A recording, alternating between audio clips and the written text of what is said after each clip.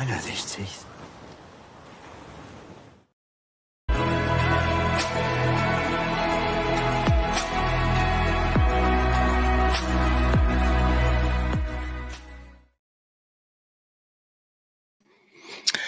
Hey up, it's Steve from that old Yorkshire geek. Hope you can hear me. Because I'm trying StreamYards again. And on Friday, I said that was it. I was done with it because it all went wrong. I'm trying it again. Hopefully it's working. Let's have a look. Let's have a look. Seem to be on YouTube. Yes, we're working there. Let's refresh Rumble. Because we're live on YouTube. Fingers crossed. Rumble. Yes, there we are on Rumble. And on Twitch. Yes, we're on there as well. Huzzah! Right. So, hello. Welcome to my... sorry, I'm not looking at you. Look at myself on the looking at the camera. Welcome to my Sunday news roundup. Got a few news stories that I found yesterday and this morning.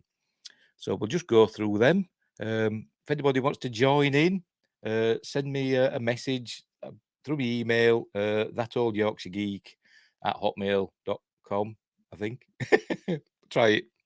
But I'm also on Twitter, Old Yorks Geek, @Old Yorks Geek. Find me on there. Send me a message there if you want to join in. If you don't, fair enough.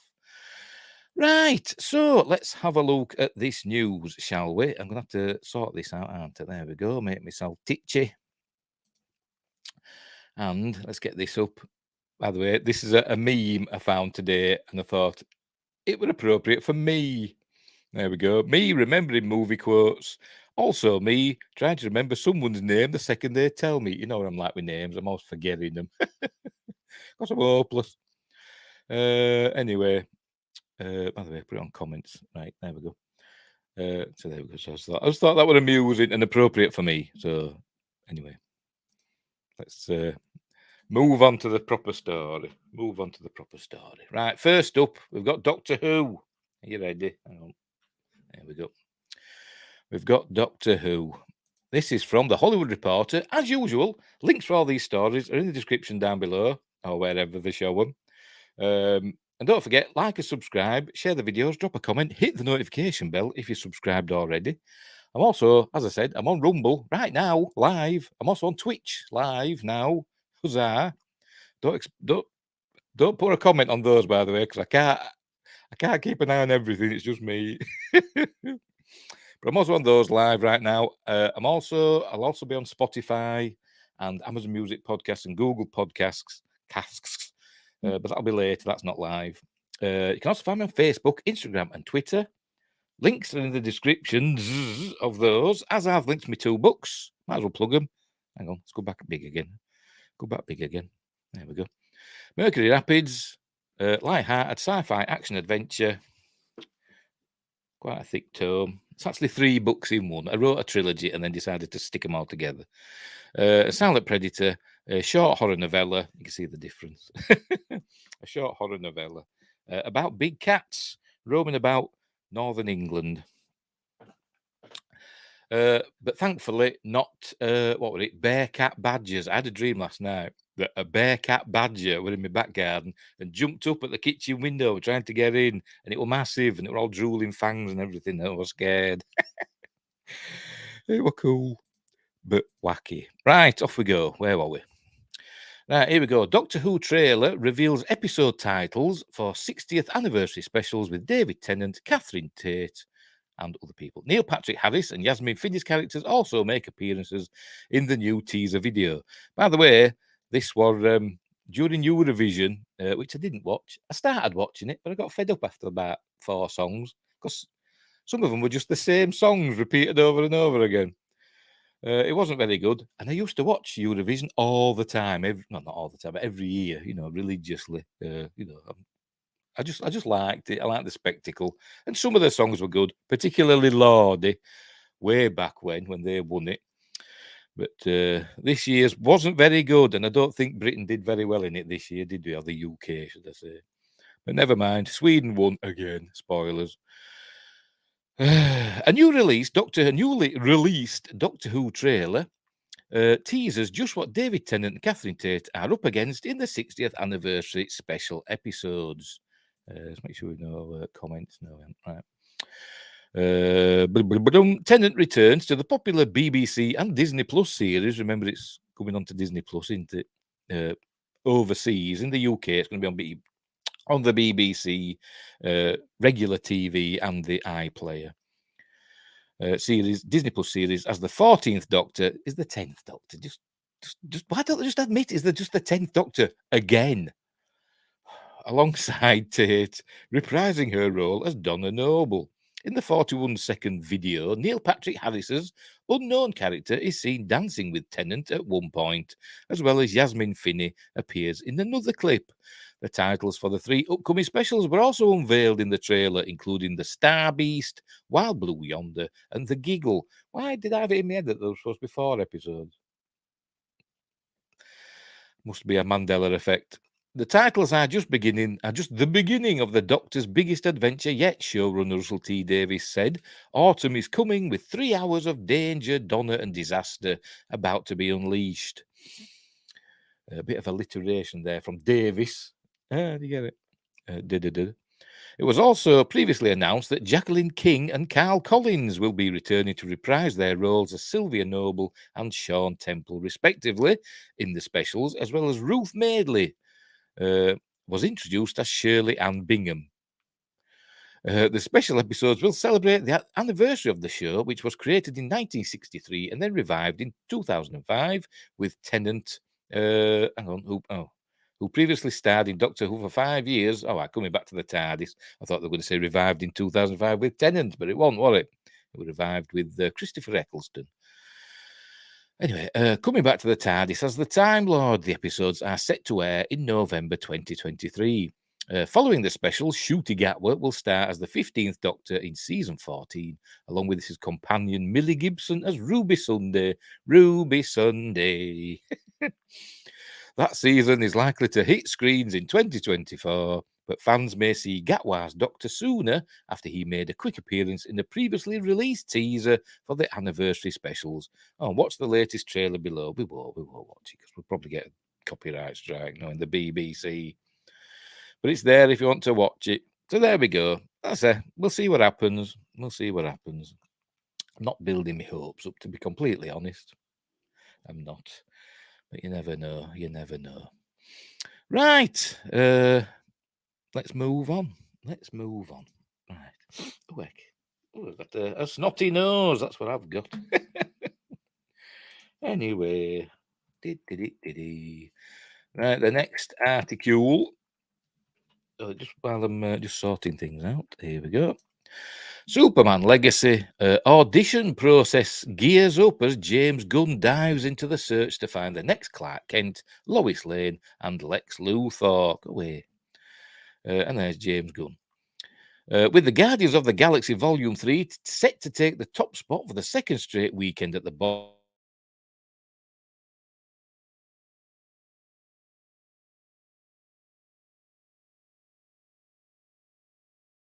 office, director James...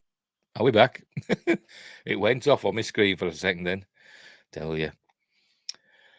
Where were we? Superman Legacy. And the auditioning process that's currently underway. For the last several weeks, talent has been submitting audition tapes for the main roles in the upcoming pick, which include Clark Kent, aka Superman, Lois Lane, and Lex Luthor.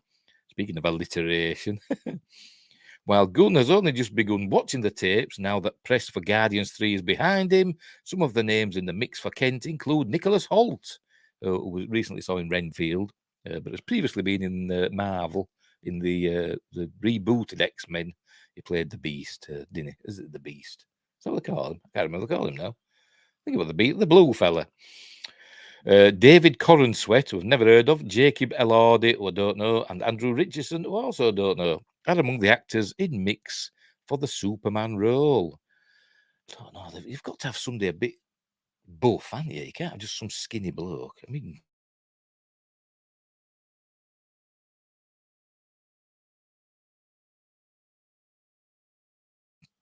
anyway, right, we'll carry on. Rachel Brosnahan, let's make sure we're still going. Yeah, we're still going on YouTube, and we're still going on there, and we're still going on there. Right, okay, fair enough. Tell you, I don't have these problems with Streamlabs. Telling you, StreamYard, sort you saying that. Sources also add that Emma Mackey, Rachel Brosnahan, Phoebe Dinavor, I've never heard of, I think I've heard of Emma Mackey, and Samara Weaving, who I've heard of, were excellent in Ready or Not. Great film, Ready or Not. By the way, she's Hugo Weaving's niece, cousin. I think she's his niece, I think. Anyway, are among those testing for Lois Lane.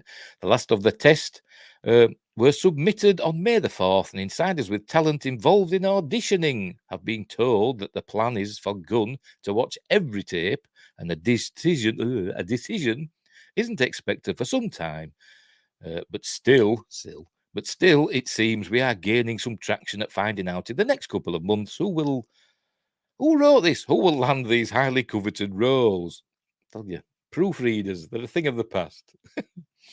As for Superman's nemesis, Lex Luthor, there are various routes it could land. While Gunn has been checking with some A-list names he's worked with in the past, sources say one role that has been testing has been for a part, simply labelled Apex. Oh, excuse me. And for those that aren't Superman historians, that part could actually be Apex Lex Luthor, who is not only a version of the villain that has the strength to fight Superman, but also would hint at a potential multiverse situation as Apex Lex, said that 5 times fast, did have run-ins with other Luthors in various dimensions. Oh, and that's it. We've got some comments. Why do I always have to see Luthor, says Anonymous, and another Anonymous, why bother? And another Anonymous says, for crying out loud, can we please have one Superman movie that doesn't feature, yes, Holt is Bond, not Superman. I don't know, I'm Aaron Taylor Johnson's, I want Aaron Taylor Johnson to be Bond. Nicholas Holt, he's a good actor, but I don't see him as a Bond. You see, it's too wholesome. Bond wants to be dangerous, not wholesome. Does he have any writers? Well, he's here himself. Superman, Jacob Elordi, 6'5", Lois Lane, Zoe Deutsch, 5'4", Lex Luthor, Nick 6. I don't know. Yes, all that SAG union solidarity. Okay. I'm sure he's not rewriting the biggest production in the history of film. Well, he's casting, right? Yeah, because that writer strike going on, isn't it? Anyway, yeah, whatever. What did I see there? That's the Giancarlo Esposito for Luthor would be a great choice. You know what? It probably would, and people wouldn't mind. You know that it's a race swap because Giancarlo Esposito is awesome. But anyway, right. So there we go. So I don't know who I'd want to play Superman. I can't think of anybody off the top of my head. I suppose Nicholas Hoult might be good, but he'd have to get into training, wouldn't he? Because you want a Superman that's a bit buff. I know Christopher Reeve did train. Dave Prowse trained him, didn't he? Darth Vader himself, and the Green Cross Code Man, and Frankenstein. Frankenstein's monster. The late great Dave Prowse. He trained up Christopher Reeve, didn't he, to give him some muscles. So they need somebody, also, who's a bit buff. Not like in the comics with huge rippling muscles and stuff.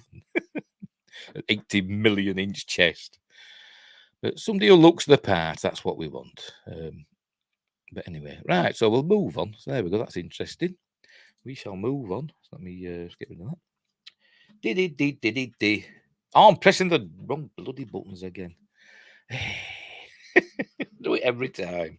2 screens. I can't handle 2 screens. How do people? I've seen some people say they've got 5 screens. How do they work 5 screens at once? I can't even do 2. I can barely do 1. Anyway. Hey, what was that one? That one with Deadline, and this one's in Deadline as well. Hey, dear. There we go. Full screen. I'm only doing this so you don't see all my tabs. I'm trying to be professional. As my mum would say, processional. Right, Daisy Ridley to star in high wire action thriller Cleaner. Set, is that the name of the film? I presume it is. Set on the side of the Shard, Western Europe's tallest building. Also slightly reminiscent of Barad-dûr, with the Eye of Sauron is. Anton launches hot package for Cannes market. I have no idea what that means. But there's Daisy Ridley. Oh, I've nothing against. Nothing against. Didn't like a character of Ray. There's the Shard. As I said, it should have the Eye of Sauron at the top. It's in London, by the way. In that London. Right, exclusive. Star Wars actress. An actress. It's not an actress, it's an actress. Daisy Ridley is going skyscraping again as we can reveal she's set to star in vertiginous action thriller Cleaner from Casino Royale and GoldenEye filmmaker Martin Campbell. And don't forget, he did I know he did the first Zorro film, didn't he? The Mask of Zorro, but that first one. Can't remember. Antonio Banderas and Catherine Zeta-Jones. He did that as well, didn't he? And Green Lantern, he did that as well, which I didn't mind, to be honest. Anyway, the timely action thriller set in present-day London will see radical activists take over an energy company's annual gala at the Shard, or is it a gala? I don't know. The tallest skyscraper in Western Europe. I didn't know that. I didn't know the tallest skyscraper in Western Europe. Seizing 300 hostages in order to expose the corruption of the host. So it's Die Hard, basically. Their just cause is hijacked by a zealous extremist within their ranks who is ready to murder everyone in the building to send his anarchic message to the world. It falls to an ex-soldier turned window cleaner. Oh, right, that's why it's called Clean. Joey Locke, Daisy Ridley. See, another woman given a sexless name. You see it a lot, don't you? They're given a name that could either be, male or female. Anyway, Daisy Ridley suspended 90 stories up on the outside of the building to save those trapped inside and take down the killers, whilst I hate that word, while also finding a way to bring the corrupt energy moguls to justice. Anton is launching the hot cans package for buyers who are becoming spoiled for choice this market. Who's Anton? Is it that the name of a company? I have no idea. Pick is the movie is being financed and produced by Greenland outfit Anton with Sebastian Raybould, and Callum Grant as producers. Shoot. Where are you missing off your the's off and stuff? The shoot is due to commence late summer 2023 with talks underway about filming locations. Well, I presume London. No word yet whether the project will actually film at the Shard. They'll have plates and they'll have establishing shots. But I imagine a lot of it will be on sets for safety, won't it? But we'll see. And I suppose they could do some some stunts on a similar glass building. It doesn't have to be the Shard, does it? They can put the background in, through after the fact, I suppose. Anyway, Anton will handle world sales with all rights available. CA, blah blah blah. Martin Campbell said, "Cleaner is a nail-biting thriller, unique and original in both its characters and settings." Much of the film takes place on the side of the Shard, hundreds of feet up in the air, and I want the audience to be up there with Joey in a stomach-churning vertiginous experience. There isn't a more instinctive and powerful actress than Daisy right now to help us do just that. Do you reckon? I don't know. I'm sure she'll be good because she's a very physical actress, isn't she? The majority of my movies have been thrillers, and Cleaner is the best I've ever read. Well, that's high praise, and as he did, Casino Royale, which was a pretty decent film, to be honest. And the Zorro films were good, and GoldenEye, it's always up there, isn't it? GoldenEye in people's favourite Bond films. I do like it, but I just think I'm not a huge fan of the one-liners in it, but they're a bit shit. I had to ventilate someone. What?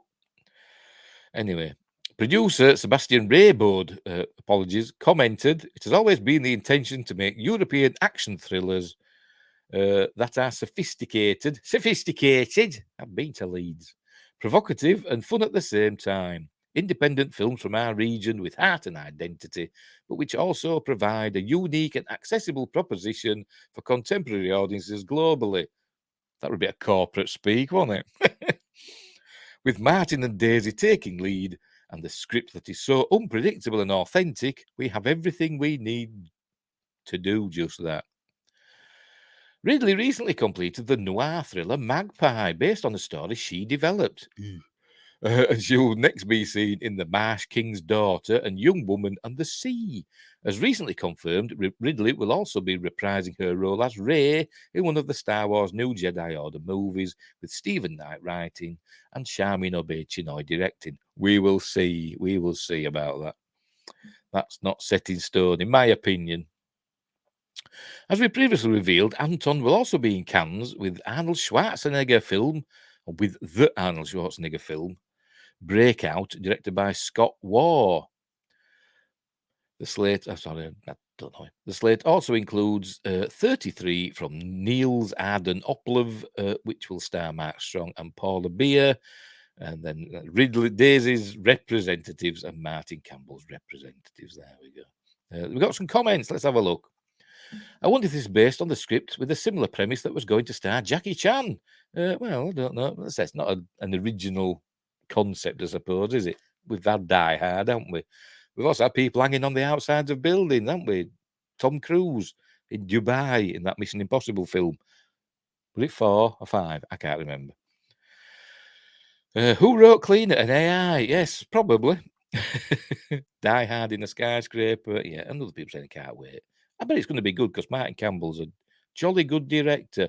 He's moved on since his days as a director on Emmerdale Farm, popular UK soap, which is now just called Emmerdale. But yes, I'm sure it'll be good. I'm sure it'll be good, and it'll be nice to see. Well, when we see a trailer, then we'll know, won't we, what it's going to be like. And as I said, Daisy Ridley's, she's fine. She's a fine actress, but just not as Rey.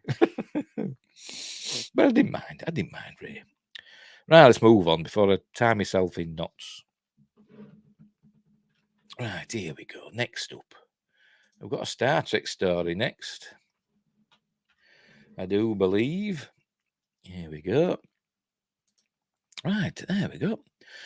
Hey, Star Trek's. Are we still going, by the way? Yes, we are. Star Trek Picard's second to last episode lands in the top 10 of shows streamed. Star Trek Picard's 9th episode of season 3 lands in the top 10 show among streamers. Remember, this is the second time this has happened. It might be more, I don't know, but I don't know about any of the others. But I think was it season episode 3 or 4, that ended up in the top 10. Well in the top 10. I think it was about number 7 or something like that, or maybe even higher. I can't remember. But this one's popped in at number 10. Don't ever let anyone tell you that you can't teach an old dog new tricks. Star Trek Picard has not had the best reputation since it launched. The series' first and second seasons were not well regarded. That's saying it, putting it lightly. Where were we? And with the exception of Star Trek Discovery, no other Trek series ranks as low as it on the fan side of Rotten Tomatoes. While the series as a whole isn't great, the third season allowed the show to finish strong. By the way, I'm just going to check and make sure that we have got volume. So let me unmute this tab. While the series as a whole isn't great, yes, it is. I have got volume. I just wanted to check, make sure. Anyway, and while I just read that, I said, and while the series as a whole isn't great, the third season allowed the show to finish strong. It's very strong. It was really good. With fans loving the reunion feeling of the show. The third season also appealed to more casual Star Trek fans, as the show somehow made it into the top 10 streaming shows to close out its run. I bet every episode, I don't know, do they do it every week, these streaming lists? I don't know, but I bet for every episode, I bet it's been in the top 10 consistently, but I don't know how often they do it. Well, technically, as it was the show's penultimate episode that ranked in the top 10, Nielsen posted their streaming numbers for April 10th to 16th, and it revealed that Star Trek Picard landed in the top 10 of all original streaming shows. The service counts minutes watched, and Picard had 276 million minutes watched over that time period. Assuming that a fan watched the newest episode just once, that's about 6.5 million people who watched the second to last episode of Picard. Well, is that how it works? I mean, because it may just be the series that's got into the top 10, and they just add up all the episodes that people have watched, just adds up to that number. I don't know. I don't know. Considering how well the 29th episode did in the Nielsen streaming ratings, it'll be 29th as in of the season overall, because 10 episodes for each seasons 1 and 2, and then this was the 9th episode of season 3. It'll be interesting to see how the series finale does. We could see the final episode hit 300 million minutes watched, which would put the number of people around 10 million or so. Assuming that's the case, then Picard will have ended its run better than many shows start. It's a strong sign of the Star Trek brand going forward, especially with Strange New World set to premiere its second season on June the 5th of this very year, in the year of our Lord, 2023. XX. I. Yeah, Mark says the second time this has happened, but I haven't checked the Nielsen. It looks like they do them every week, doesn't it? So I'm presuming in the weeks previous, between the other episode that made it into the top 10, that Picard didn't get in the top 10. I don't know. I haven't checked. I don't know where. Does it say? Does it say there where to check? Well, it does there. Hang on. Let's open this link in a new tab. Hang on. I'm gonna have to go out of it now, aren't I? Just bear with me. Bear with me. Oh, where's my F11? There. Where is it? Is that it? Right. Let's have a look. See what we can find here. Do me F11 again. I've just gone to the Nielsen site. There we go. Nielsen ratings. Go away. Here we are. Week of 10th to 16th of April. And where's it gone? Hang on. It'll be original, won't it? There we go. Star Trek Picard, number 10 of the original. So if we go back then, can we go back? Is there a way to look at the previous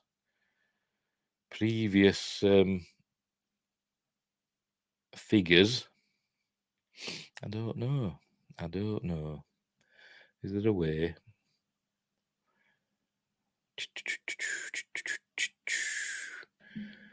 Streaming. I don't know how. There doesn't seem to be a link. Oh, never mind then.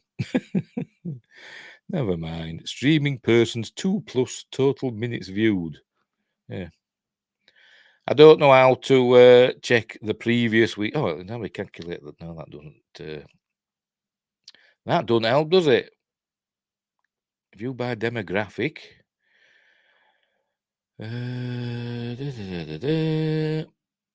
Advertising spend. Come on, show us how to look at the previous weeks. You'd think they'd have a little thing here, wouldn't you? Like backwards and forwards. You'd think so, wouldn't you? If they were doing it right. Never mind. Anyway, right. So there you go. So there it is. Where are we? There it is. Number 10, 276 million minutes watched. A long way behind all the Netflix stuff. There you go. Apple Plus, Apple TV's got one in there. Ted Lasso. Or is it Lasso? I don't know. I've never seen it anyway because I haven't got Apple TV. I only get it when For All Mankind comes out. And then that's finished. I cancel it. Hey. Anyway, but Disney got The Mandalorian in, look. 1,025 minutes. 1 billion minutes watched for The Mandalorian. So there you go. So, people moan about it, but it's still doing quite well. Right. So we'll move on.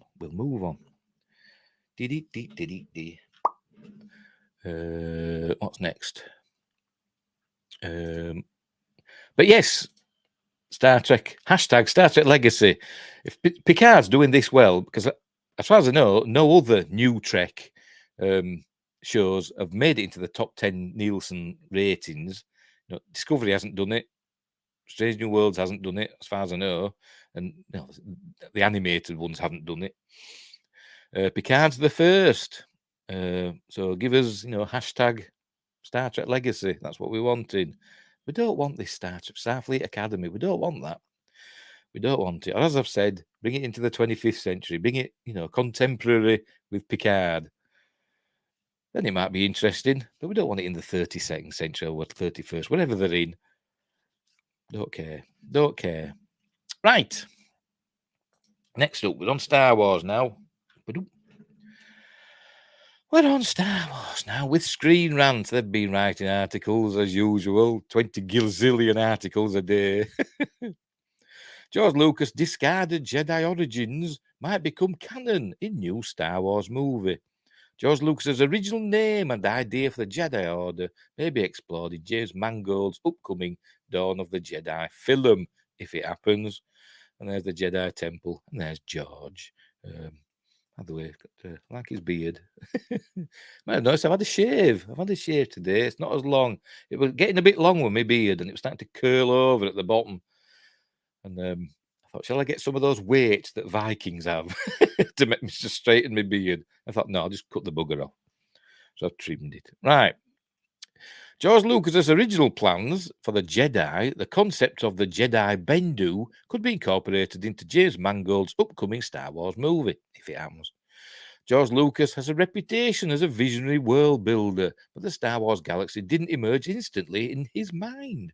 The script for the first Star Wars movie, later retitled A New Hope, changed many times before production. It was originally called The Star Wars, if you remember. And Han Solo were an alien. Well, they're all aliens technically, but he were a non-human with gills or something. I don't know. Lucas originally envisioned the Jedi as the Jedi Bendu, the protectors of the Emperor, some of the most feared beings in the galaxy. While the final Jedi turned out very differently, some aspects of Lucas's original iteration have persisted. Jedi were indeed some of the most feared and respected beings, especially during the prequels, where over 10,000 well-trained Jedi scouted the galaxy. A creature called Bendu appeared in Star Wars Rebels, voiced by Tom Baker, the fourth Doctor.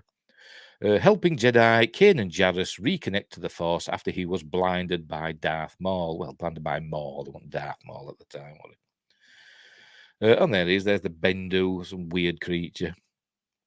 As I said, voiced by Tom Baker. In canon, the group called the Bendu have officially been called the precursors of the Jedi.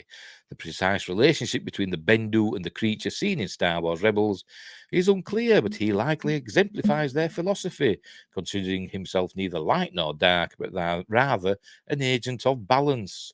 This would correspond to the earliest Jedi, with the Prime Jedi teased as aligned to balance in the mural seen in Star Wars The Last Jedi. There have still there it is. There have still only been hints of the Bendu in canon rather than anything specific.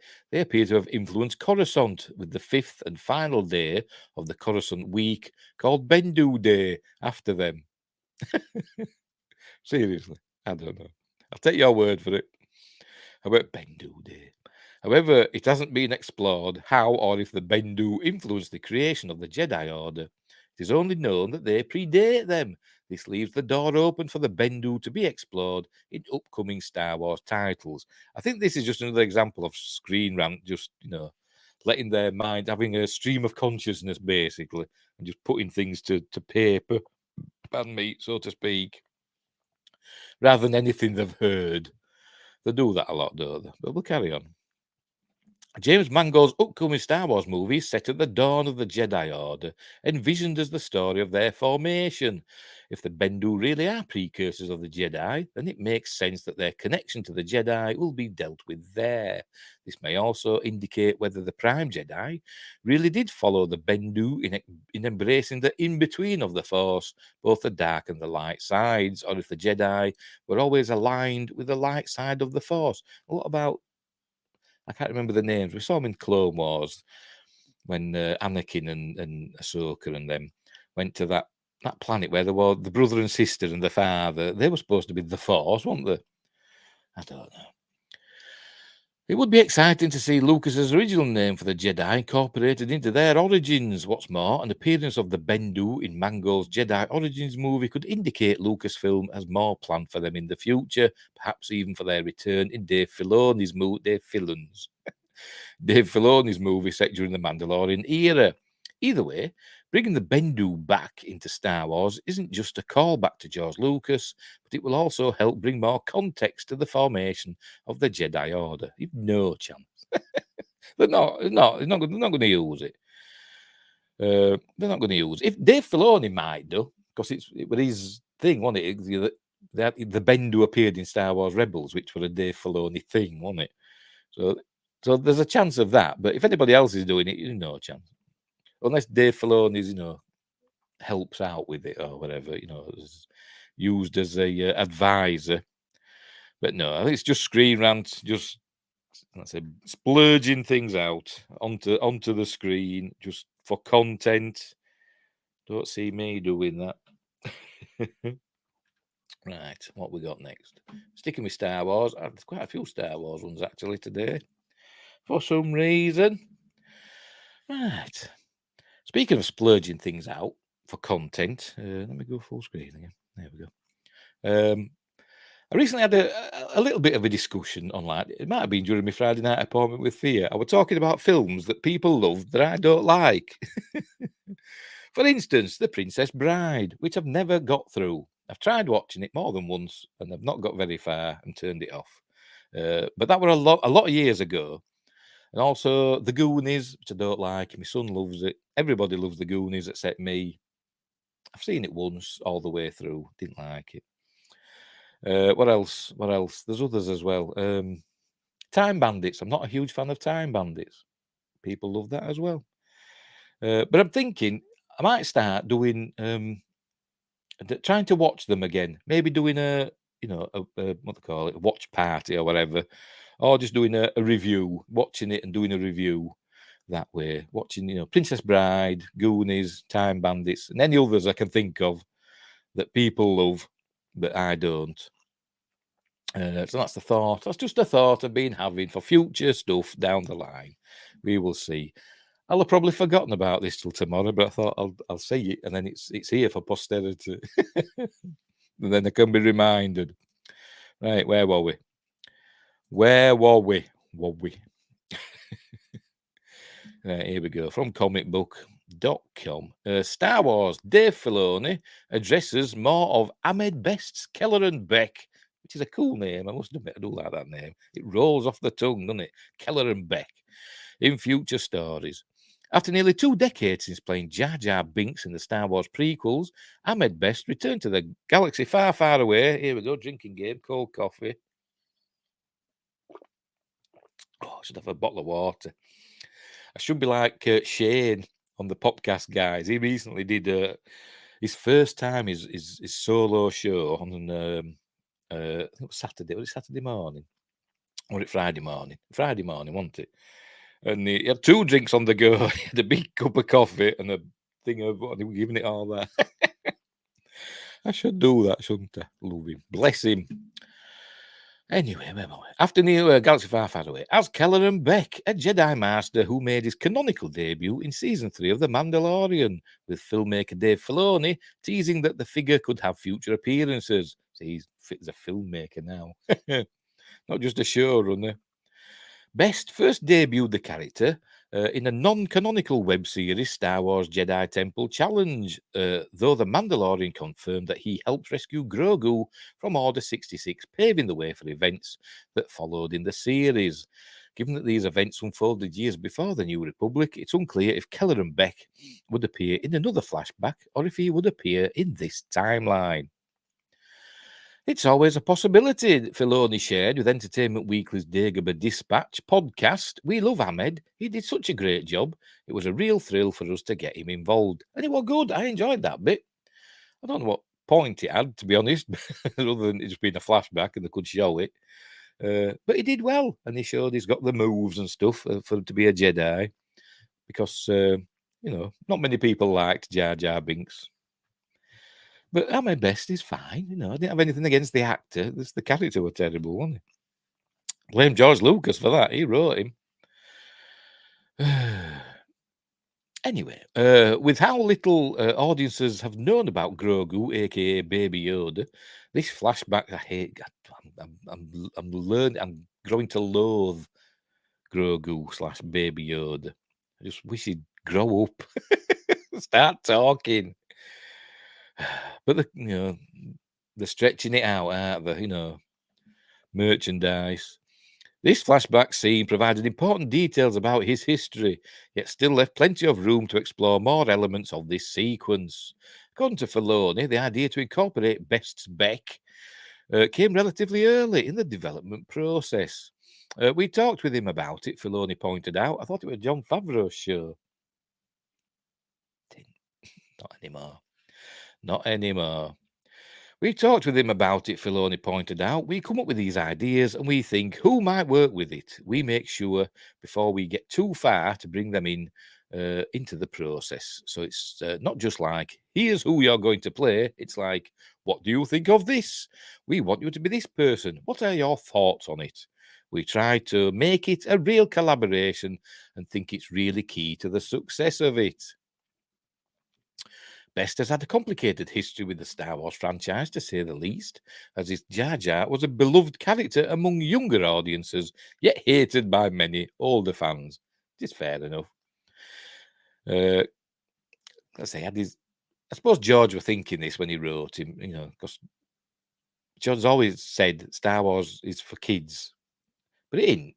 It's for everybody. It's a family thing, isn't it? So not everybody's going to like the characters. And the ones writing the reviews didn't like Jar Jar, and I'm one of them. I wasn't a fan of Jar Jar either. It was too broad, the comedy, I suppose, quotes comedy. Jar Jar were too broad, standing in dung and my tongue's fat and all that, Mooey, I love you. Oh God. But kids love him. To paraphrase Dr. Venkman, but the kids love us. Anyway, well, these older fans spent years ridiculing the character, which understandably impacted Best, though eventually the actor came to terms with how the angry fans were merely the most vocal and not necessarily the majority. Whatever. The Mandalorian creator Jon Favreau echoed Filoni's tease about Beck's future, expressing his own personal interest in learning more about the figure. He had done a lot of work on that character of Kelleran Beck for Jedi Temple Challenge, Favreau expressed. So he's been involved with Star Wars all the way through and definitely had formulated this character. And we love to draw from all of Star Wars and even things that aren't canon. If they feel right, we'll pull them in. And now that character exists squarely in Star Wars canon. We should have had him in Jedi Fallen Order, shouldn't they? Showing Cal Kestis escaping. I've just got to that. But by the way, I've been playing Fallen Order. I haven't got the new one. Survivor. I've been playing Fallen Order. I'm rubbish at games. I've just got to the bit showing Order 66. Oh, it was exciting. Even though the audio went out of sync. Does that happen for anybody else? Or was it just me? For the cutscenes, the audio goes out of sync. But it was cool. It was cool getting past all the clones. Anyway. They should have had Kelleran Beck in that. But, but they want on Coruscant, so it doesn't matter. Where were we? I don't know where I am now. Yeah, we'll pull them in. Right, okay. Favreau added, I think people dig seeing that character. I want to learn more about that character. Which kind of means he's not going to write him. He's going to let Filoni do it. Because he doesn't write a lot, I don't think, Favreau, these days. He writes notes more than anything, I bet. As I've said before, post-it notes that he gives to his assistant from his office in Los Angeles. Take that up to the ranch or post it up to the ranch or email it, scan it and email it up to the ranch, whatever. To Dave. And Dave will write the script. Stay tuned for details on Kelleran Beck's future. Yeah, well, whatever. Yeah, it'd be nice to see him again. Because he did well. He got Grogu out. But what happened after that? That's what we want to know. Where did Grogu go? Where did Grogu go then? Whew, that was hard work. Because there's a long time between Order 66 and when we saw him in The Mandalorian. It's like, what? Well, nearly 30 years, isn't it? Maybe more. Over 30 years. At least. We'll call it 30 years. We'll say 30. So it's 30 years. So we're about 20 then when we saw him in Mandalorian, Order 66. We're about 20 then, wasn't he? If he's 50 at the time of The Mandalorian. What happened in between? Were he put into stasis, which is why he's still so, unmatured or immature? I don't know. Anyway, we'll leave it there. We'll move on. We will move on. That's what we will do. Right, we're sticking with Star Wars, Lucasfilm. It's more inane babblings from Kathleen Kennedy. Kathleen? Who's Kathleen? Kathleen Kennedy. Lucasfilm boss reveals Star Wars Rogue Squadron is still in the works. Despite rumours, delays, and reports of cancellation, Lucasfilm head Kathleen Kennedy confirms that Rogue Squadron is still a possibility. But how? And this, I think looks like what they call it, concept art from Rogue One, innit? This is Blue Squadron at the Battle of Scarif, innit? Because we've got obviously X-wings, and there's what they call U-wing, a U-wing there. And it's actually one of my favourite shots where it shows them flying up and the U-wings wings go, and it's cool, and it gives me chills because it's, technology and stuff. Despite several delays and cancellation reports, Lucasfilm president Kathleen Kennedy, and your little dog too, has reiterated that plans are still in the works for Star Wars Rogue Squadron. Originally intended to be a feature film starring a new generation of X-wing pilots, like Star Wars The Next Generation, adapted from the classic video game of the same name, it seemed like a Top Gun-inspired Star Wars film would be a no-brainer, with galactic dogfights galore. However, development of Rogue Squadron has been easier said than done.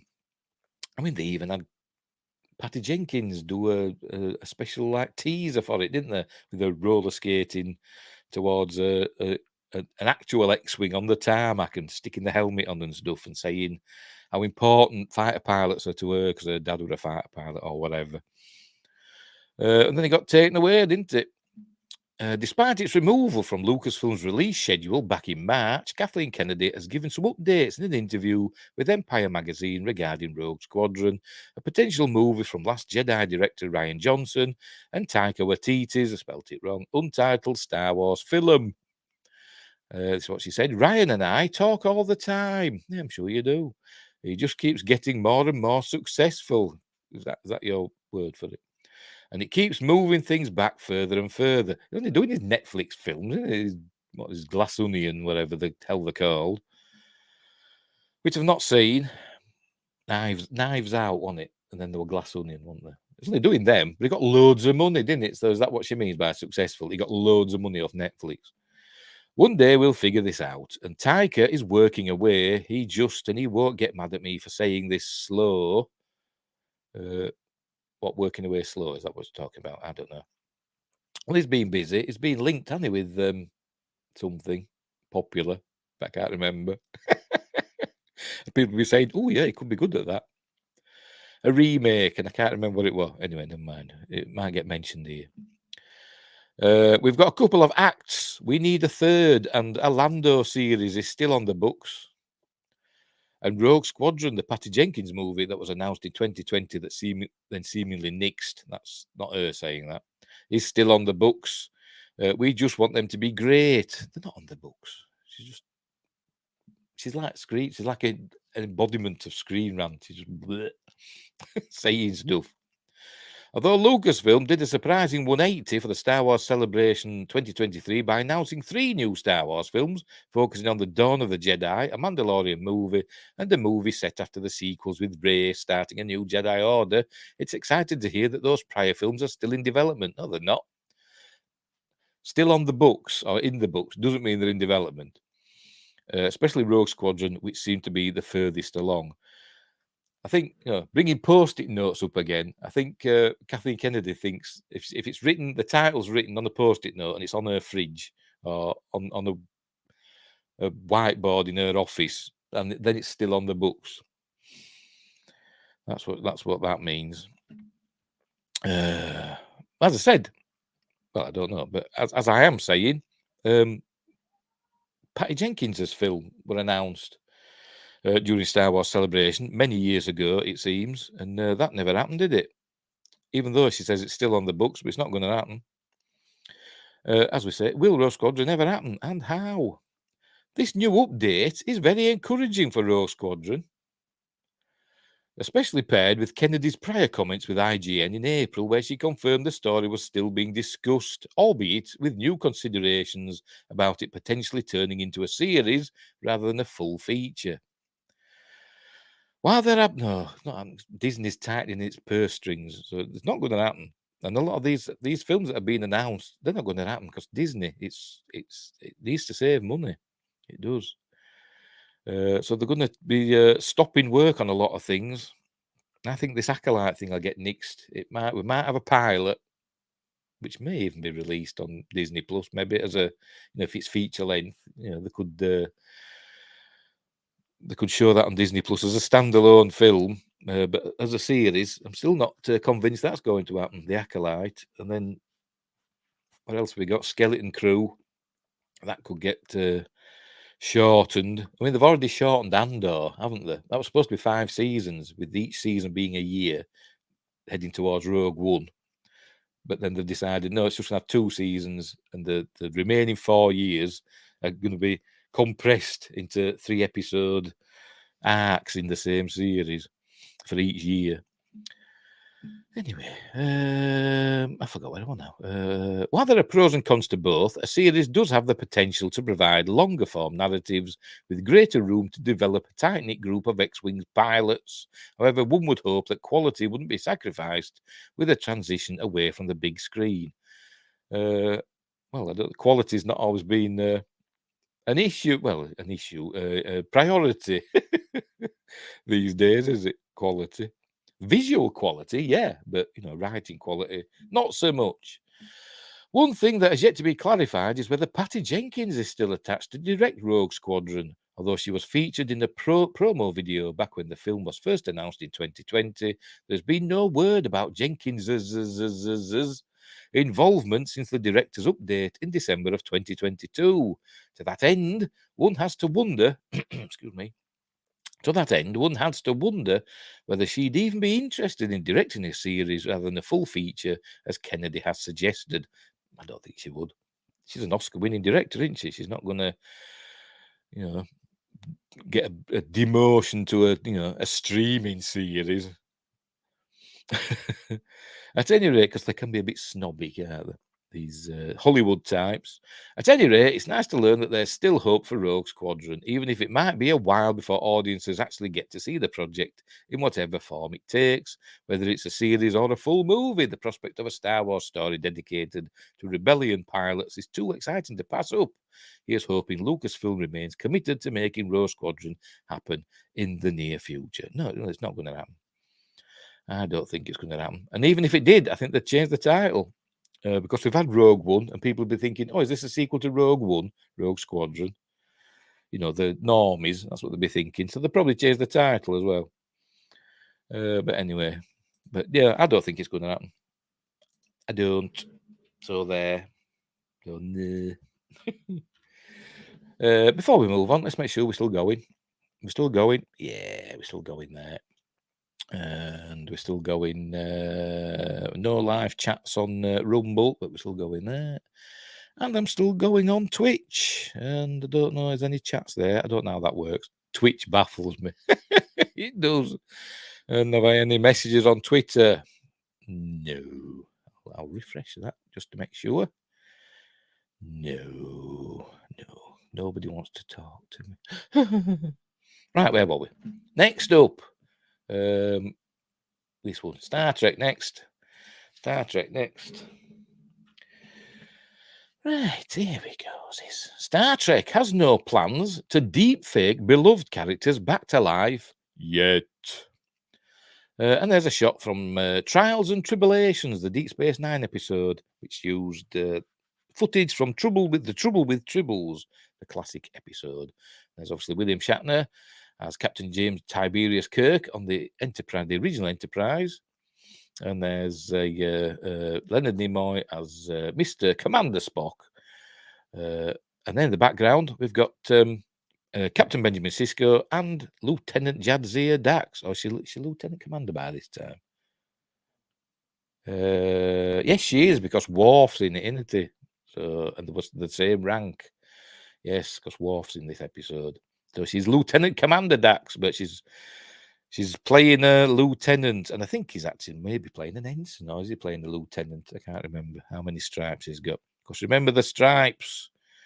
1 stripe for lieutenant, 2 stripes for lieutenant commander, 2 stripes and a broken stripe for captain. If you watch Strange New Worlds, the latest teaser, we see that I'm sure we saw anyway that James Kirk that we see in that, played by some fella, I forgot his name, Paul somebody or other. I'm sure he's got the captain stripes on his sleeve, even though they look different to that, but slightly different. But I'm sure he's got captain stripes on his sleeve, not lieutenant stripes, which he should have. But I don't know. I don't know the ins and outs of the story. Anyway, in the Star Trek Deep Space Nine episode, Trials and Tribulations, November 4th, 1996, Captain Sisko, Avery Brooks, and several other members of the DS9 crew had to travel back in time to avert a crisis. It seems a time-traveling assassin had inserted himself into the events of the original series Star Trek episode, The Trouble with Tribbles. It was, I forgot his name now. That fella that looked human, but actually a Klingon. Kind of like a well, no, it was what they did with Vok in Discovery, wasn't it, essentially? What was his name now? No, it's gone. It'll come to me. It'll come to me this afternoon sometime. Anyway, to the events of the original series Star Trek episode Trouble with Tribbles, December 29th, 1967. Oh, a Christmas episode. And Sisko had to go undercover next to Captain Kirk, William Shatner, to prevent a bomb from blowing up using revolutionary special effects technology, kind of like what they did in Forrest Gump and films like that. Using revolutionary special effects technology, Sisko, Dax, Terry Farrell, Dr. Bashir, Alexander Siddiq, and others, well, Chief O'Brien and Worf and Odo, were inserted rather seamlessly into an episode that was shot 30 years prior. It was a novelty for Star Trek, one of the few times the franchise revisited its past in such a manner. Well, yes, and it showed that the past was the original series, not, Strange New Worlds or Discovery. I do like Strange New Worlds, but it's not that. It's not that, is it? It's not that. Even though it's supposed to be set before that, but never mind. Many years later, Star Trek Prodigy would do something similar in the episode Kobayashi, January 6th, 2022. The teenage Dal, Brett Gray, wanted to take a holographic version of Trek's infamous Kobayashi Maru test and instructed the computer to create a ship and a crew that would increase his odds. I must have missed that episode. I'm sure I thought I'd watched Prodigy, all of them, but I don't remember this episode. Maybe I missed that one.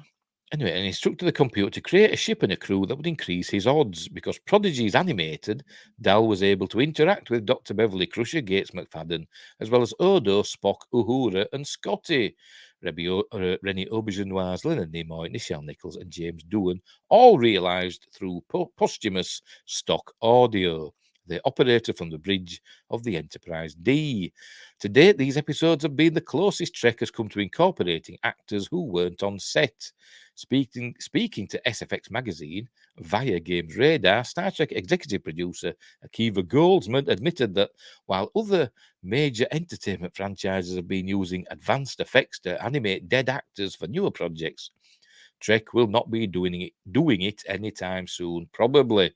By the way, the first time I saw and bring a dead actor back to the screen, I'm sure it's probably been done before, but the first time I really noticed it when Laurence Olivier appeared in Sky Captain in the World of Tomorrow as it Totenkopf, the bad guy Totenkopf. But he appeared as like a hologram, and kind of cool. Oh, and there's a shot from Star Trek Prodigy, and Spock's looking a bit weird there, isn't he? Well, they're all weird, but even Dr. Crusher's looking a bit strange as well. But it's animated, isn't it? But the bridge of the Enterprise D is looking amazing, isn't it? Anyway, it should be noted that since Paramount Plus launched in 2017, Star Trek has begun visiting a wide variety of points on its timeline. Some of the shows currently airing take place prior to the events of the original 1966 series, Strange New Worlds Discovery. seasons 1 and 2 of Discovery, whereas others take place centuries later, well after the end of Star Trek Voyager, Star Trek Discovery. As such, the franchise has had every excuse to bring back whatever legacy characters they might want in live action or in animation. Star Trek Strange New Worlds has been the most notable in this regard, as it features a majority of legacy characters in central roles, including Spock, Ethan Peck, Uhura, Celia Rose Gooding, and even a visiting young James T. Kirk Paul Wesley. That's the fella. With his captain stripes. I'm sure he's got captain stripes.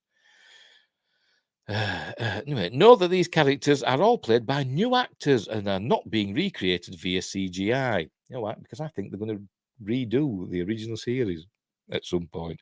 I think that was the plan, but we'll see. Compare that to Rogue One, a Star Wars story wherein advanced special effects were used to digitally recreate Carrie Fisher and Peter Cushing, and the subsequent episodes of The Mandalorian and the Book of Boba Fett featuring a massively de-aged Mark Hamill. Massively. I'm sure he'd appreciate that. De-aged Mark Hamill and a replication of his voice. Yeah, they did it with James L. Jones as well. I think I don't know the Deepfake voice. I don't know what it's called for James L. Jones as well for the Vader. Anyway, when interviewed by SFX magazine, Akiva Goldsman admitted there are elements and stories in Star Trek that he wishes he could address using deepfake tech, but that he wouldn't necessarily do it. For instance, he wishes he could redo the death of Captain Kirk, the William Shatner version in the 1994 film Star Trek Generations, which, were terrible, wasn't it, really? The film wasn't that bad, but, Captain Kirk's death was terrible. I've got my own re-edit that I watch. I don't watch the theatrical version. I've got my own, where I've just edited Kirk out, basically. It's just a standalone Next Generation film. Anyway, my friend Terry Matalas, the Star Trek Picard showrunner, is not alone in feeling frustrated with Kirk's death in canon. It's why he put his body at Daystrom Station, right? In an episode of Picard, it was revealed that Kirk's corpse was being stored in a Starfleet black site called Daystrom Station. Why would you call a black site Daystrom Station? One of the most famous names in the Federation, Daystrom, Richard Daystrom.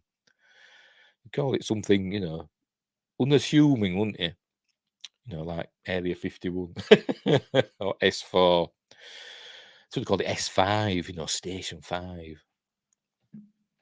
Anyway, Kirk's body, and there it is. There's a shot that we saw that, it's Kirk's skeleton at least, not about his body. Akiva Goldsman continued, it's a really hard thing to figure out how to do, but none of me opposes it. None of me? What is he, like a multiple personalities? He is a Kurlan Neskos. We just don't have plans for it. There are a few things that I would retcon if I could, and digital performers could help that. I think in theory, yes. Sadly, just practically speaking, we have no plans for it. To remind the reader, or the listener, Kirk, having been culled from a temporal nexus, died fighting Dr. Soren Malcolm McDowell on the rocky peaks of a distant planet. Yes, the distant planet of Vasquez Rocks. Captain Picard, Patrick Stewart, buried his body under a pile of rocks. It seems that Starfleet salvaged the body and stored it for decades. So I'm just reading ahead and just seeing. If you watch on YouTube, is it the Toyo, Toyo channel? They've done like a little Star Trek videos in association with the Roddenberry Archive, and it shows the Enterprise D saucer being recovered from Viridian 3, Force Toja Viridian, that place. And it also shows Spock visiting the grave of Kirk. So we presume, is that when his body was recovered as well? But it's not CG Spock, apparently. It's kind of. It's an actor in Spock makeup, which apparently looked pretty good anyway. But then I think they diddled it to make it look even more like Spock. Anyway, where were we? It seems that Starfleet salvaged the body and stored it for decades, although there doesn't seem to have been a logical reason to have done so. With the body available at Daystrom Station, however, remember Picard's body were there as well. Maybe they've got a few, notable Starfleet captains there. Will Shaw end up at Daystrom Station?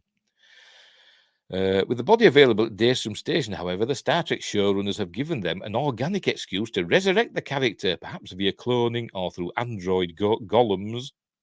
God. If they should want to. Shatner, however, is 91 and doesn't look the same as he did in 1994. Well, yeah. As such, CGI deepfakery may be required. Of course, once the cat is out of the bag, it's easy to imagine a dark future where the 1966 crew is back as their youthful selves, their voices recreated with AI, computerly mouthing new adventures as CGI puppets. Star Trek, while currently obsessed with legacy, hashtag Star Trek legacy, is that what they're on about there? Picard series finale, door wide open, Star Trek legacy. There you go. Yeah, that's what that's for.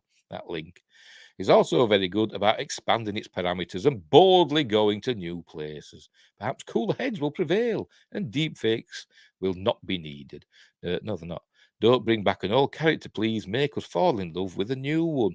No, I think what they were going to do before all this Picard season 3 / Star Trek Legacy stuff started, which is ace, and cool, and this is the way we want to go. But I think the plan for them to do Strange New Worlds, which moved in to essentially a remake, not a full remake, but probably notable episodes remade of the original series with Paul Wesley as Kirk and Celia Rose Gooding as Uhura and the other actors, Spock obviously as Ethan Peck, the other actors being recast. A new Sulu and a new Chekhov and a new Scotty, and all new others as well. And I think that's what they would do in the the Kurtzman era Enterprise, that version of it, which is a good looking ship. It's just not the same as the original series. But we do know now in canon, in Star Trek Picard season 3, that the original series Enterprise Constitution class is a thing. Because they had the USS New Jersey, which was a original series style Constitution class, or Connie, as they call them in fandom. So they were a thing. So could they change it round now and redo? Could the Enterprise at the end of Strange New World season 3, because I think that's going to be the last one, could the Enterprise go in for a refit and come out looking like the original series Constitution class, which would be cool in my view, which would be cool. Right, we will move on, but they're not going to deep fake them. I don't think they're going to do that anyway. So right, so we'll get into that and do my stuff. F11, we're getting there, don't worry. We're sticking with Star Trek. I can't remember if I read this article. This is from Den of Geek. What Star Trek gets so right about shared universes and what's next after Picard? Here we go. Let's just have a quick check and make sure we're still going. Yeah. What's that? Oh, that's Rumble. Oh, hi there. We've got a mention from What is Dreamism? Hi there. Trump is... Very good. Thank you for that comment. What is Dreamism over on Rumble? I'm not a Trump fan myself, but is that the impression? Anybody who's on Rumble is a Trump fan? Well, I'm not, 'cause I think he's an idiot. So there you go. But I'm not American either, so I didn't vote for him. Not that I'd vote for any of them. I don't even vote for my own people here in the UK. So thanks for that. What is Dreamism? Off you go. And we're still going on Twitch as well, I think, by the looks of it. And my cat's at the window. Do you know why? Because she does it every time I start a show. She comes at the window. And by the way, happy Mother's Day for you lot in America. Right. It's not Mother's Day here. Have we had it? I think we've had it, I think. I don't know. Because my mum passed away several years ago, so I don't keep up on Mother's Day now. Right, what Star Trek gets so right about shared universes and what's next after Picard? There's never been a better time to be a Star Trek fan. We take a look at what's next for the shared universe on television, and there's the Enterprise G. I did love Picard season 3, but I didn't like him. Spoilers. Renaming the Titan A the Enterprise G. Nope, that was a mistake, Terry. That was a mistake. What I'd do if I were in charge I would say they renamed it the Enterprise G for because it's supposed to be a year later for the a year later Frontier Day. It was like a temporary reassignment of the name, for publicity purposes, and then the Enterprise, the G name goes to a new ship, and that becomes the Titan A again. That's how I'd do it. Big mistake, in my opinion, making the Enterprise G the old Titan A. Shared universes are all the rage at the moment between the MCU and the revamped DCU, the slowly building Tolkien cinematic universe. I'm going to have to let the cat in. Just bear with me. I haven't got anything to play while I'm doing things. Never mind. So you just have to bear with me. I will. I'll tell you what. We'll go full screen like that, and then you can watch that while I go let the cat in. Unbelievable. Just a minute.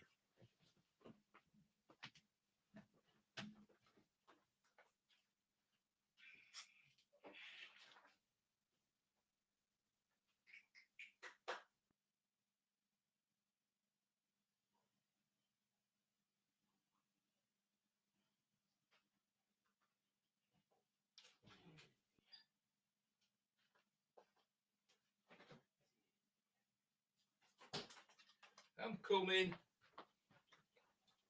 I'm back. Got myself a bottle of water while I was letting her in. Anything happen while I was gone? Did anything happen? Right, where were we? There we go. We'll start again. Shared universes are all the rage at the moment between the MCU, the revamped DCU, the slowly building Tolkien cinematic universe, and the ever-rolling behemoth that is the Star Wars universe. Oh, pardon me. I could water make you burp. I don't know. Viewers barely have enough time to watch all these streaming shows, movies, and other random assorted bits of content. If they want to keep up, then there's Star Trek. Despite being well over 50 years old, this shared universe is bigger than ever and riding high on the success of its latest offering. Season 3 of Picard, most importantly, is doing things a tad differently than the other big brand universes currently out there. In fact, Star Trek has become a shining example of how to pull off a shared universe on television. One reason for Star Trek's recent success is simply that the schedule and release of new shows has been carefully planned and spread out so as not to overwhelm viewers. With the exception of 2022, in which all 5 current Star Trek series released episodes and it was barely off our screens, Star Trek has traditionally staggered the release of new material since the franchise returned to television with Discovery in 2017. 4 shows have or will release new episodes in 2023, most of them 10-episode seasons, with the exception of Prodigy, whose second season will likely run into winter 2024. I think they're like 20 episodes, I think. But you could call it a 10-episode season because they're like 20-minute episodes. So if you like double them up to the length of a regular live action episode, it could be classed as a 10-episode run. Anyway, whatever. With no movies either on the big screen or in special presentation format, there's going to be the Section 31 film, isn't there? And no other significant bits and pieces of Trek outside of non-canon games and novels since the cancellation of short Treks in 2020. Oh, we've got Star Trek Resurgence coming soon. When was this? Is this new? Yes, it is. Yeah. Right. Obviously, who wrote this hasn't done the research, have they? 2020. This should be the short Treks were crap. I hated them. The only short Trek I quite liked was the one with Rainn Wilson as Thingamabob. Him. Him from the original series. Harry Mudd. That was the only one I quite enjoyed. Anyway, there should be a manageable amount of viewing for most fans, but far more important than the schedule, though, is the fact that you do not have to watch every single Star Trek show in order to enjoy any of them. Or not. The need for variety in such a big franchise is well known and recognised. The MCU, for example, has built itself on offering a wide variety of genres, tones, and stories. Not really. From spy films to space opera to sitcoms. Yeah, in the early days, it was like that. In like the first well, up to the end of up to the Infinity War, we'll say. But since then, they're all pretty much the same, aren't they? Really, really. Star Wars has slightly less variety in tone, but like both the MCU and Star Trek, offers a combination of live action and animated shows. And like Star Trek, it has stories spread across different points on its timeline, some following legacy characters, others following new ones. But offering up a variety of shows loses its biggest advantage if viewers have to watch every show in order to keep up. The whole point of giving people options regarding what to watch and in what order is that not everything needs to appeal equally to everyone. There will be some fans who watch everything connected to a particular franchise, no matter what. And if you are reading a website called Den of Geek, there's a high likelihood that's you. But there are many fans who prefer to just watch the specific shows and or films that interest them the most. Viewers who dislike space opera might want to skip Guardians of the Galaxy. Those who dislike sitcoms might not want to watch WandaVision. I liked WandaVision, apart from that last episode, but I'm a huge simp for Elizabeth Olsen. I think she's yummy. Or She-Hulk Attorney at Law, which wasn't good, was it? Or those who are not big fans of animation might skip all of the animated series in any franchise. This becomes a problem when the writers and producers assume everyone is watching everything. Such as Star Wars. If you didn't watch the Book of Boba Fett, if you're just a Mandalorian fan and you didn't watch the Book of Boba Fett, you'll be wondering why Grogu ended up back with Din Djarin. Because that happened in the Book of Boba Fett. But this becomes a problem. Casual viewers wanting a night out at the cinema might feel cheated when they learn they need to have first watched WandaVision to follow a storyline in Doctor Strange in the Multiverse of Madness.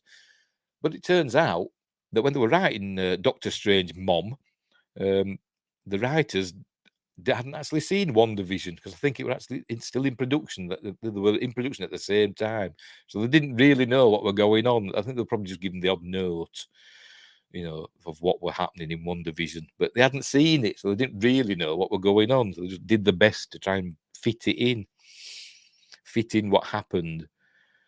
But anyway, that's what I saw on a YouTube stream. Because YouTubers are always right, like the sea is always right in the Rings of Power. So, the sea is always right. Watch those Gandalf reacts to. Is it Charlie Hopkinson that does these deep fake things? Hilarious. But I'm getting off topic as usual. Streaming viewers who are enjoying The Mandalorian but do not want to watch the Book of Boba Fett, there you go, may stop watching altogether when they realise major story developments from the first show took place in the middle of the second and they missed them. Yeah, like I've just said. Star Trek has an edge here because none of the currently streaming television series assume knowledge of any of the other current series. Yes, Picard and Lower Decks are targeting a particularly nostalgic group of fans, specifically of the shows that aired during the 90s, The Next Generation, Deep Space Nine, and Voyager. Enterprise, don't forget that. It's fair to say that many of the jokes in Lower Decks especially will be completely lost on anyone who has not seen those series. They're not lost on me, they're just crap. I hate Lower Decks. But at the same time, none of the 5 modern Star Trek series, Discovery, Picard, Lower Decks, Prodigy, and Strange New Worlds, require anyone to have watched any of the other current shows in order to follow their storylines. That's not entirely true, though, is it? Because Discovery and Strange New Worlds are like joined at the hip, aren't they? They are. So you need to have watched Discovery, really, to find out what's going on in Strange New Worlds. Anyway, this means that viewers who do not want to watch a child-friendly animated show made for Nickelodeon, Prodigy, I hate when it's child-friendly. No, it's a family thing. It's actually really good, is Prodigy, and it's got some dark themes going on there as well. That'll probably go over, kids' heads. So don't say it's made for kids. Don't say that. Don't say child-friendly. It's family viewing, which is what Star Trek is supposed to be. For the most part, anyway. Viewers who do not like Discovery do not need to watch it to enjoy its spin-off Strange New Worlds.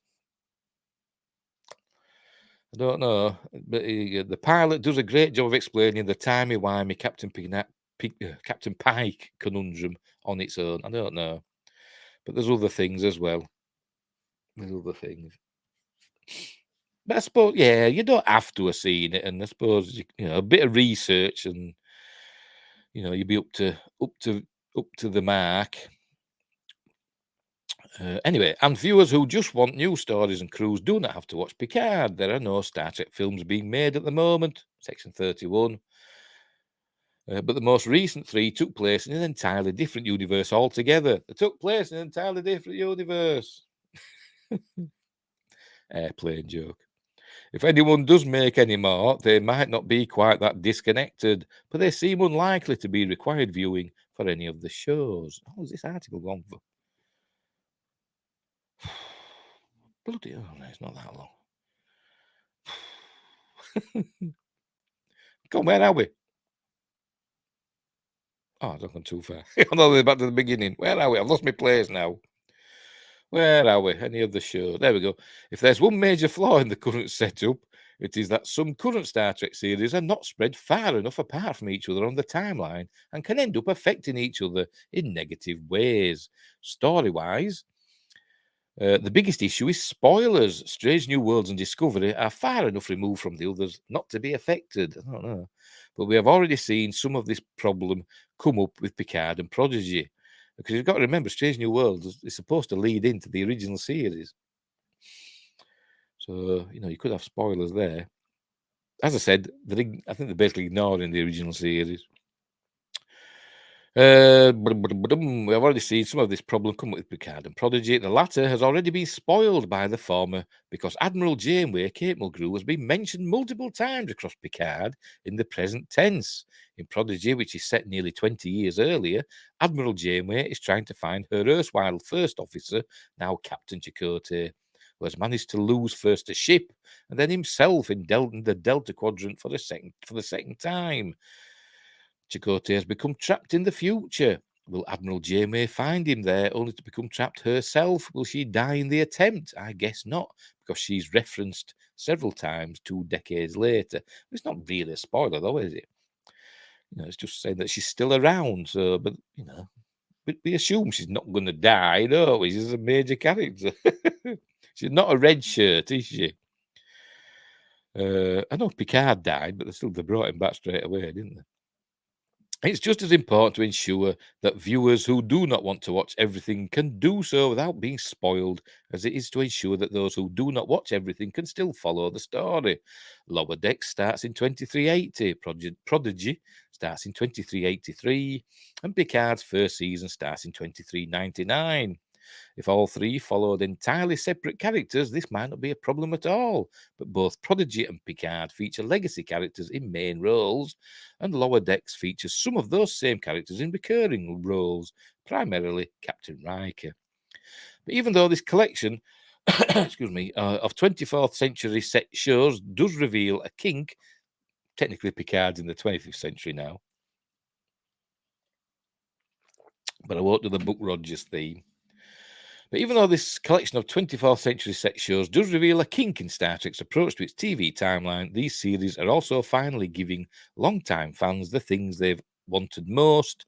Since Paramount announced the franchise return to the small screen, the opportunity to pick up where we left off in 2002. Well, yeah, 2002. Because Enterprise was a prequel, wasn't it? When Discovery first came out in Real World 2017, it, like its immediate televisual predecessor, Enterprise, was set before the original series. Enterprise is ace, by the way, and I'll die on. That's a hill I'll die on. People don't like Enterprise, but I loved it. Enterprise is my favourite Star Trek. It is. I love Enterprise. It's the one I watch, rewatch most regularly. So there. Anyway, it was set before the original series, even though it does, mess about with canon a few times, the Romulan cloaking device, etc. Among other things, just before Kirk's 5-year mission was set before the original series. What are you talking about? Oh, I was on about Discovery now, isn't it? Sorry, Discovery set just before Kirk's 5-year mission. Well, about 10 years before, wasn't it? And its first season opened in 2256. This was not well received by everybody. The timeline, 90s, Trek fans had been following since the launch of the Next Generation had not been updated since the 2002's Nemesis, leaving them wondering what had happened to their favourite characters from that era and why Paramount hadn't picked up where the franchise had left off in the first place. And then you get Star Trek fans say, well, read the books. There's loads of books that are out, but they're not canon, are they, technically? Not really. Anyway, the writers of Discovery had an interesting reaction to some of the criticism of seasons 1 and 2. I enjoyed season 1 of Discovery because it was different. I hated the Klingons. Oh, I'm always saying that. But because it was new and different, I didn't really know where it was going. And it had huge problems, but I still quite enjoyed it. I wanted to see what happened next. Season 2, it wasn't good, was it? It wasn't good. Although Pike, he did brighten it up. And his success led to Strange New Worlds with a fan petitions calling for his own show, which worked. And now we've currently got a petition for Star Trek Legacy. I'll put the link in the description if I remember. That's on, I think it's either just approaching or just gone over 50,000 signatures, which is more than the Strange New Worlds petition got. But anyway. Feeling that enthusiasm for the prequel seemed to be waning and realizing that their story was leading to the sort of continuity errors that frustrate fans, they decided to listen to requests that Star Trek go back to the future. But instead of following up on Nemesis, they jumped their ship and crew all the way forward to the 32nd century. A full millennium removed from the earliest years of the Federation. And that was stupid for a start off. That's the USS Discovery jumped to the 32nd century. So like 1,000 years ahead of where it was. And the Discovery was still this amazing ship because it had the spore drive. And other ships in that time, because they'd been the burn. And warp travel war, not as commonplace. I hated it. Oh, and the upgraded the Discovery, didn't they? And gave it detached nacelles and stuff, but then forgot it had detached nacelles because there was one episode where they had to. It showed the ship with its nacelles not detached, and then it showed somebody from the crew, I can't remember who, had to go climb up the pylon and put a bomb into the nacelle to slow down Discovery or stop it or whatever, forgetting that it had detached nacelles. Stupid blood. God, I hate it. In Star Trek, different eras on the timeline feel like completely different worlds. The Prime Universe, that is everything except the 3 Kelvinverse films, takes place across a quite extraordinary period from 2151, the first season of Enterprise, to 3190, the 4th season of Discovery. The world of James T. Kirk, with its Klingon battles, secretive Romulan commanders, and neutral zone, is quite different from the world of Jean-Luc Picard, with his Klingon bridge officer, Borg threat, and spectacularly beige spaceship.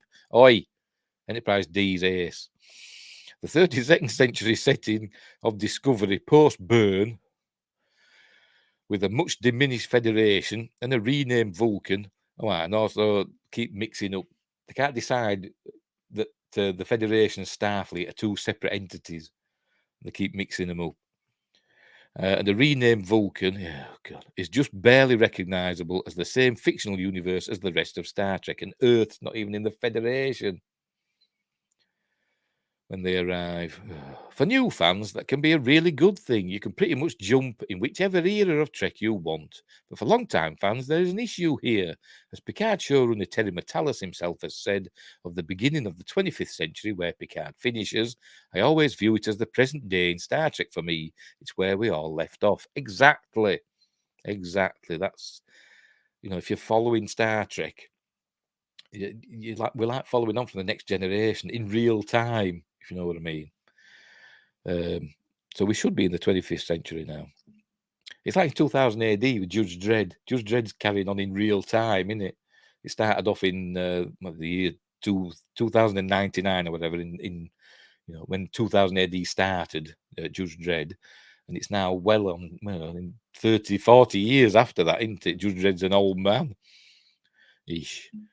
Not that I read it anymore, but that's what apparently is going on. Anyway, he's far from the only fan to feel this way, although Discovery and the new Starfleet Academy series, 32nd century setting, are all exciting in a different way. No, they're not. We don't want to see it. We cannot help feeling that it is not really what fans were after when they complained they wanted to go back to the future in 2017. For anyone who watched those three core 90s Trek shows, the early 20th century feels very much like Star Trek's present, because that is the appropriate amount of time after the end of Voyager and the release of Nemesis. The cast have aged in real time, and the same amount of time has passed in the real world. Fortunately, Picard Season 3 finally delivered the payoff we'd waited decades for, and as of yet, there have been no official announcements about the potential Picard sequel spin-off Legacy. It's got to happen. If it doesn't, in one way or another, it just shows that they're just not listening to the fans.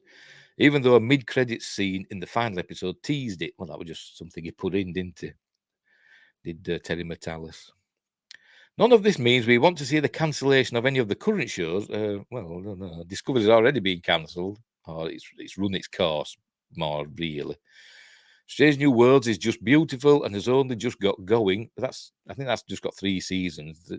I don't think it's going any more after season 3. Season 2's about to start in June. And season 3, have they finished filming, or has it started filming? I think it might have finished filming. Filming might have wrapped for season 3, and it's in post-production now, I think.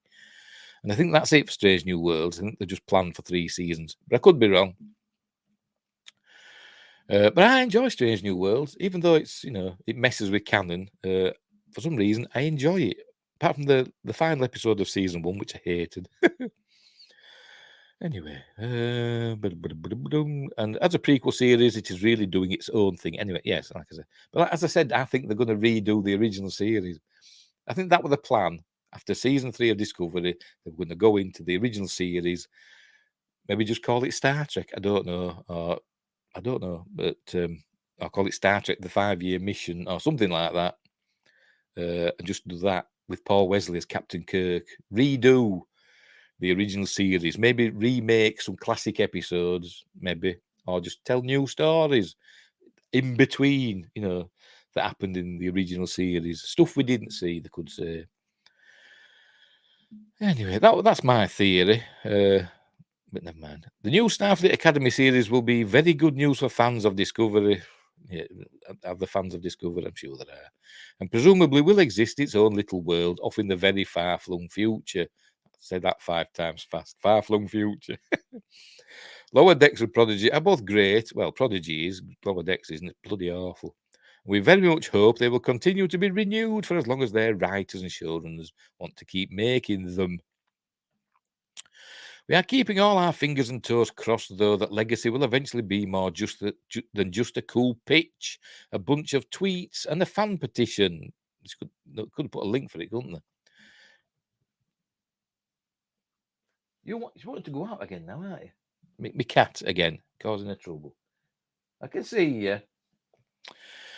A Legacy series would allow us to continue our present day storyline and see more of what happens to not just the Legacy characters we love, like 7 of 9, but to the literal next generation or the next generation, made up of the offspring of the previous one as well, such as Sidney LaForge, etc., and Jack Crusher, and all those others, and the crew of the Enterprise G, Titan A, it's the Titan A.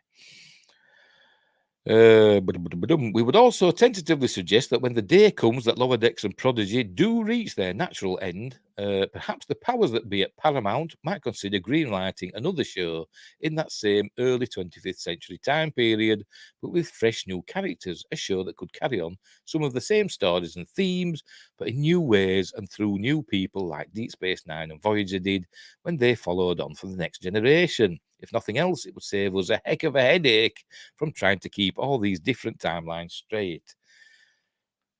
She's been naughty as that cat. And that's it. There we go. We got there in the end. But yeah, hashtag Star Trek Legacy. That's basically what we're wanting. Don't care about Starfleet Academy. Don't care about the Section 31 movie.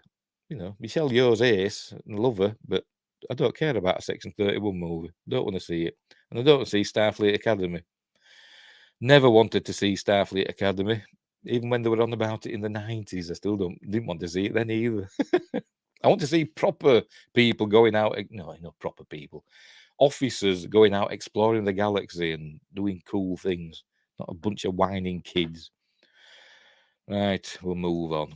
We'll move on because time is moving on. Time waits for no man. It's a predatory time, isn't it?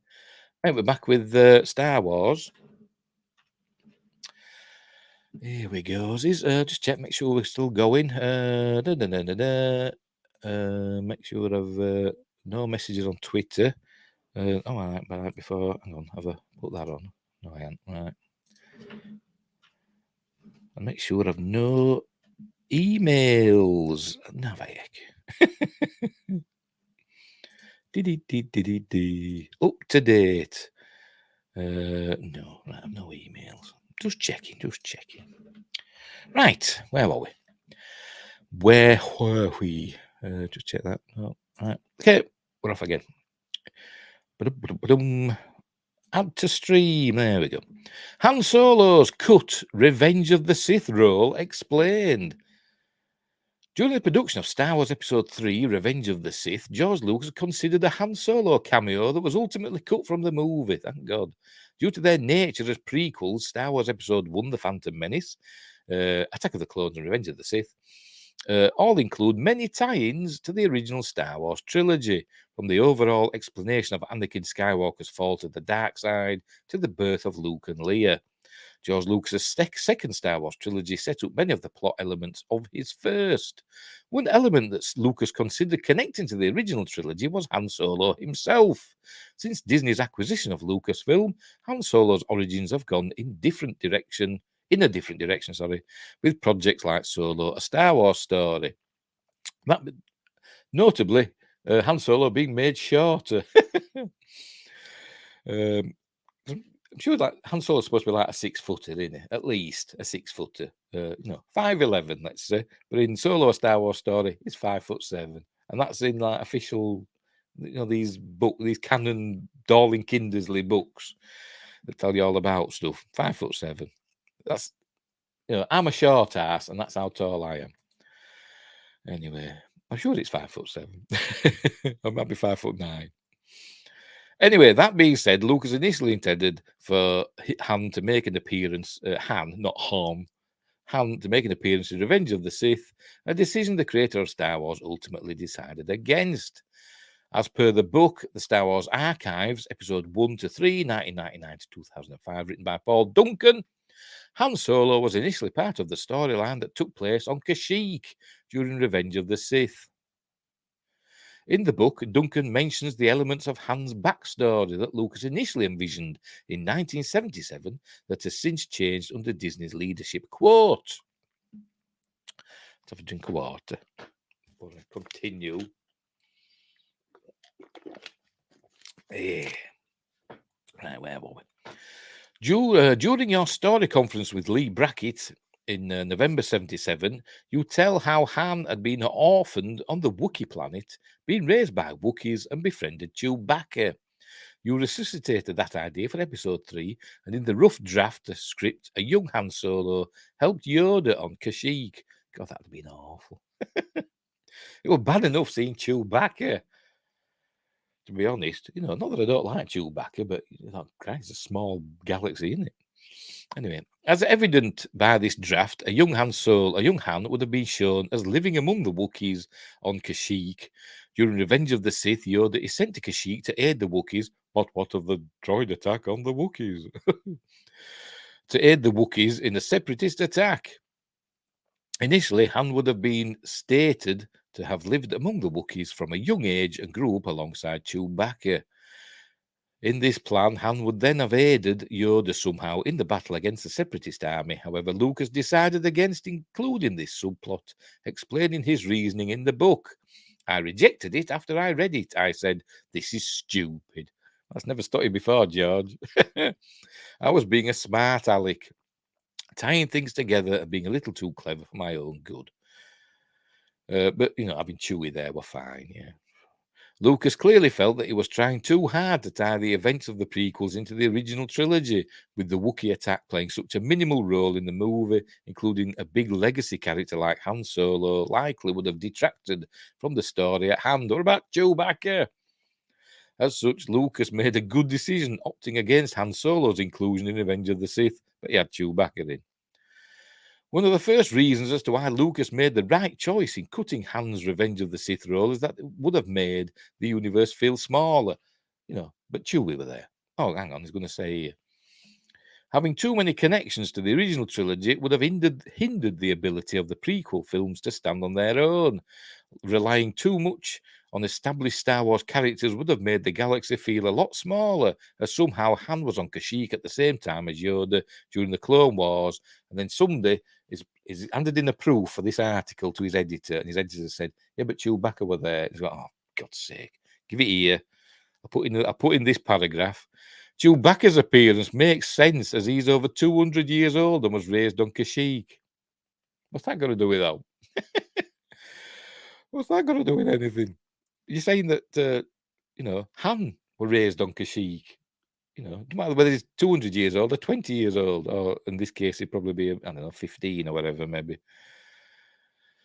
He was there. Altering Han's backstory to take place on Corellia was a much better choice from Lucas. I don't know. Did he have a backstory on Corellia? I don't know. In that it does not feel too convenient for Han to be part of the battle. Similarly, other elements of Han's personality from A New Hope would not have made sense if he had appeared on Kashyyyk during Star Wars Episode 3, Revenge of the Sith. But, he shouldn't have had Chewie there. Out of how many millions and millions of Wookiees are there for Chewie just to happen to be there? It doesn't make sense. In A New Hope, Han makes it clear that he does not believe the Force exists. After labelling the Jedi as a hokey religion, Han states that he has never seen anything to make him believe that an all-powerful force is binding the universe together. This would not track if it was revealed that Han Solo was an aide of Yoda. Do you mean aide with an E on the end? Of Yoda during the Battle of Kashyyyk. Yeah, that makes sense. Surely, if young Han was around helping Yoda directly, he would have been aware of the Force. For these reasons, Han Solo's role being cut from Star Wars Episode 3, Revenge of the Sith, was one of Lucas's better decisions with the franchise.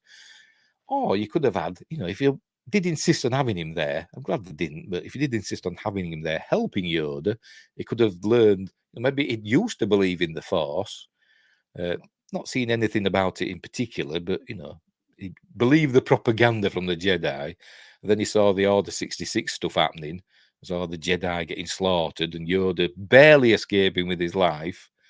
Maybe he thought, this Force thing's not as good as it was made out to be. But anyway. So, yeah, I'm glad they didn't. But they still included Chewbacca, didn't it? And no, it doesn't make sense they were there because he's 200-year-old and was raised on Kashyyyk. Because you could argue that, if Han was supposed to be raised on Kashyyyk, then, he could have been there at the time. But I'm glad, they shouldn't have had either of them there, in my opinion.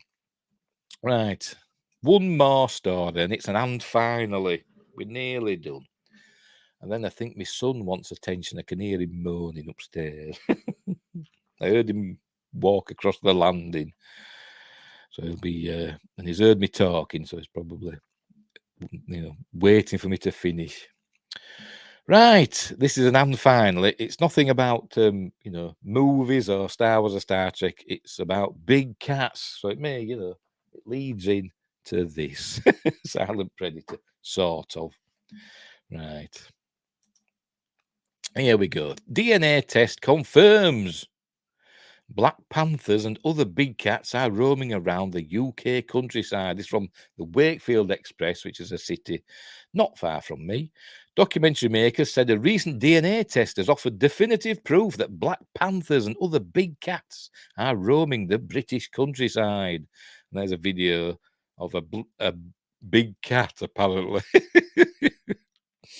I don't know if it gets any bigger. I didn't watch it. But that could just be a cat. Anyway, DNA from a black hare caught on a barbed wire fence following a sheep attack in the UK has offered definitive proof big cats are prowling the British countryside, say documentary makers. The strands were sent off for testing after being recovered from a farm in Gloucestershire. Pardon me, that's got nothing to do with Wakefield, has it? Or in Gloucestershire, because that's a long way from Wakefield, where there had been some unusual predatory activity. Suspicion was raised when video footage of a large black animal was also captured only a few miles away from where the sample was taken. I'm presuming there was some skin, follicles with this hair, because you can't. Hairs and fur's got no DNA in it, has it? So I'm presuming there was skin on it as well. And documentary filmmakers who had been investigating sightings across the UK say the test has now come back positive, confirming the existence of black panthers and other big cats living in the UK. A forensic laboratory took on the species identification task and used mitochondrial DNA analysis to ascertain a 99% match to a big cat species. The findings have come to light as part of filming for an upcoming documentary, Panthera Britannia Declassified, which investigates claims of big cat sightings in Britain. By the way, my dad said he saw one.